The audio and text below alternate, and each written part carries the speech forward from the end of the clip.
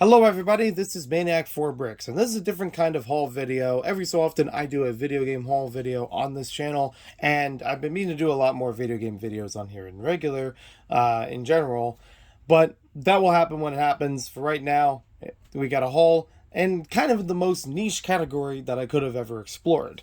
You see, I grew up with a lot of Tiger Electronic kind of games, or even the LCD games that you would find in like a McDonald's or something, and more recently, I've gotten a bit back into those just because there's some charm to it being such a simplistic thing. Some better than others, obviously. Um, but one of them that definitely got me back into it in the past couple of years was this Donkey Kong Game and Watch, an authentic one that I got from a Lego haul. I don't remember if I ever uploaded the video for that, but I think I've taken photos over time and shared a bit about it from when I was building different sets from there. And when I tell you what that was a haul, that was a lot.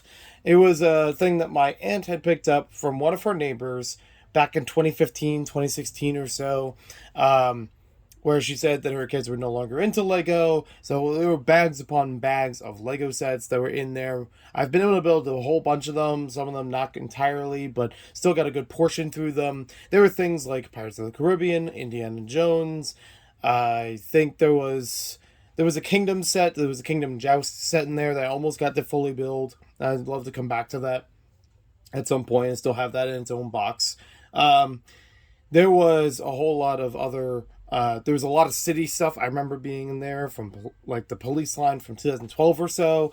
But this just happened to be in that big lot of of Lego stuff, which I was actually kind of excited for. I didn't know about that. It was a nice surprise. I've been able to replace the batteries in it a couple times, and it still works to this day. I think the batteries need to be replaced right now, but I'm still happy with this thing, owning an original Game & Watch. This is a fun one because it's also one of the few older games and one of the earlier arcade games I was able to finally beat. I mean, I beat it a long time ago, but still feel very proud of that. So having it as specifically Donkey Kong means a lot to me. So I've been able to play this one a couple times. It's very fun. It's nice seeing this vintage hardware from Nintendo, before the Game Boy and other advanced hardware, handhelds we see nowadays. Precursors like the DS, having the two-screen function. This is basically the birth of the D-pad that we know for the Nintendo Entertainment System and so on. It's a great little thing to have. So I've had this for a long time, and curiously been interested in that a little bit over time with other handhelds and LCD stuff. So come around to 2020 when Nintendo released the Game & Watch Ball once again. So they'd already made a version of this for Club Nintendo as a special promotional item as a rewards program. But this one is a retail item, and you could still find this in stores. I believe it's $50, $40, something like that. I think it's $50. But it offers more than just the game ball, which would be very basic by nowadays. But this actually does a lot more for it. It includes the entirety of Super Mario Brothers, Super Mario Brothers: The Lost Levels, and of course Ball, as a classic Game & Watch item, and of course using it as a timer, because that's the other part of Game & Watch. Game, watch. It has a timer. It has a way of programming what time is going on. So I have mine still sealed. I don't remember if I mentioned it before on video, but I got this around late 2020, around the time that it was released, but I believe there was only one copy left in my GameStop. And I was like, well, I don't know if it's going to be a limited release item, so I might as well get it now and, before it goes away. Turns out it's still available in 2022.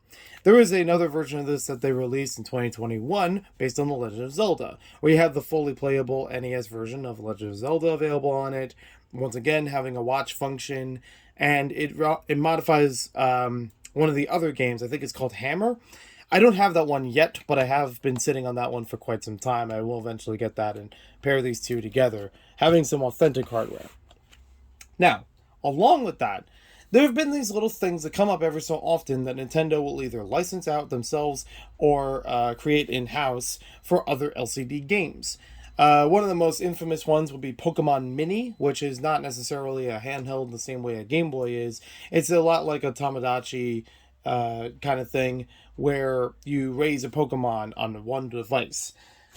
But I also remembered back in the day, I could have sworn that I had one of these other devices called the Nintendo Mini Classics. Something that I've surprisingly found in 2021 and 2022 in a store near me. This is a toy store that you wouldn't normally be known for electronics, and maybe if they had any other electronic things, it was like Mario board game or something like that. Like, not a lot of actual tech to it. So it was kind of a surprise of going through there in 2021 where I found Donkey Kong Jr. Nintendo Mini Classics. And for $2.99, that's honestly impressive. I mean, they don't usually run like expensively online, but still a nice little thing here. And recently I picked up Mario's Cement Factory through there. I'm not entirely sure which one I had originally. There are several of them and they do reappear every so often, but these in particular, they don't say like they came out just recently. If I remember correctly on the packaging, it says copyright 2014 for this one, for Mario Cement Factory, and also 2014 for the Donkey Kong Jr. one.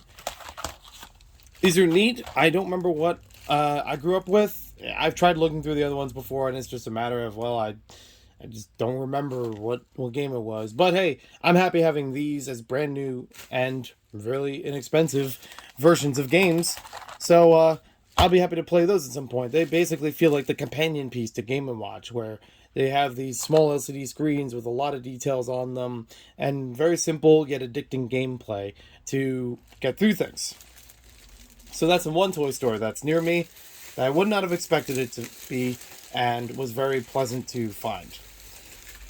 Another one that I visited recently had a couple more video game things. Actually had some more handhelds and electronics and such. And I've also noticed that recently, similar to the Game & Watch, that especially these re-releases of Game & Watches and remasters of sorts of the Nintendo made, other companies have tried doing things like that. You'll find them in Walmart or Target, around $20 or so, and different kinds of games from other companies like Activision or Atari or something like that. Interesting in their own way. This one has been around for quite some time. Probably paid too much for this, but given everything else, I think this is okay, balancing it out. So this one is from a company called Basic Fun. It has a whole bunch of licensed Atari mini plug-and-plays. Yes, so there's already been a thing of world's smallest or miniature versions of popular toys, and that's cool in its own way, and even having the keychain just to emphasize how small this thing is. This is actually a series of plug-and-plays. It's not just, oh, it looks like an Atari controller. You actually have games built into this. There's a whole packing of this with AV cables, so you could plug this into a TV and put batteries in the device here. It just blows my mind because I hadn't known about that before, and fairly recently only learned about this, and that there are other versions of it, other controllers that they've released, mostly through the Atari series of games. You can see other versions of that back here. So, I don't know. I've only found one of these in the toy store that I went to. I don't know if they'll restock them at some point. One thing I found interesting about these two is that this was found in 2021, was the only copy they had, and dozens at them. Then 2022, I found only this one in the same store and dozens of copies of this. They didn't have both of these at the same time, and they didn't have other ones at the same time, or I would have picked those up as well. So maybe something similar will happen with this. I'm not entirely sure what the circulation is like, but fascinating nonetheless, and does have me interested in trying to go back for more. Also, surprisingly, in the same toy store, I found that they had a whole big section of Lego and Playmobil, and I used to be fond of Playmobil for a bit. Didn't play with them too much, but still found them interesting. It's just a different style of toys. That's also where I uploaded the video where I found I found Lego sets sealed from the 2000s in there, and even some from like 2018 or so. Some of these like smaller toy stores are really fun to find stuff that's discontinued. So that's the point I'm trying to get to. But in there, I also found this CD for Playmobil having some kind of PC and Mac game called Dragon Adventures. I've never heard of this thing. I have heard of toy companies like Playmobil or Connects making CD games before. There was no price tag on here, but when I brought it to the register, they just said that I could have it. Awesome. That's fantastic. Let me see if this says, it says copyright 2010. So, okay, still a little while ago, but just sitting on the shelf, just out of the way of other things. I don't know what it's doing there, but it was really cool to find. So it was really cool of having these little additions of video game stuff in a category that I don't visit often, but it's still charming to know that it's still around, that these things still exist. I have a whole Tupperware of like full sized plug and plays, a lot of Jack specific kind of stuff. And finding one that's super tiny and being able to play games is really fun in its own way. That being said, $15 might be a little bit of a high asking point just for these versions of games. I hope they're good versions of these games, because that's, a lot to ask for in such a tiny box when nowadays you can find, any Atari games like really dirt cheap in multitudes of ways, multitudes of consoles. Mostly, I guess it's just really the novelty of having it in that bite-sized unit. These being $3 each is just a joy, because this is just fantastic. I, again, would not have expected to see these things see the light of day nowadays. Especially because they hadn't been released in a long time. These also have a clock function, so like I said, they're basically Game & Watches, just on a different series of Nintendo classics. So, that's all I got for now. That's actually relevant to that, and I also found this at Walmart as another video game thing. It's an Animal Crossing Silky Soft Throw. It was on clearance for $11. I don't know how I feel about it saying "feel me," but hey, Animal Crossing New Horizons provides me with a feel-good, softer experience. It's a fun, lighthearted way of playing that, even as a life simulator, I may not be into it, but the charming atmosphere of it, gives that warm feeling. So why not go with a warm blanket to go with that? And that's all I got for now. Thanks for watching. I will talk more video game stuff in the future. I have talked some video game stuff in the past, so check out the series Gamecdote, which I want to bring more stuff to that. I've had stuff for scripted for years. I want to do more about that, and even bringing stuff like this into the fray for it. So stick around for that as well. Even though I do a lot of Lego stuff on this channel, I would love to explore other areas in the future. So I'll talk to y'all later. Have a good one. Have a good weekend.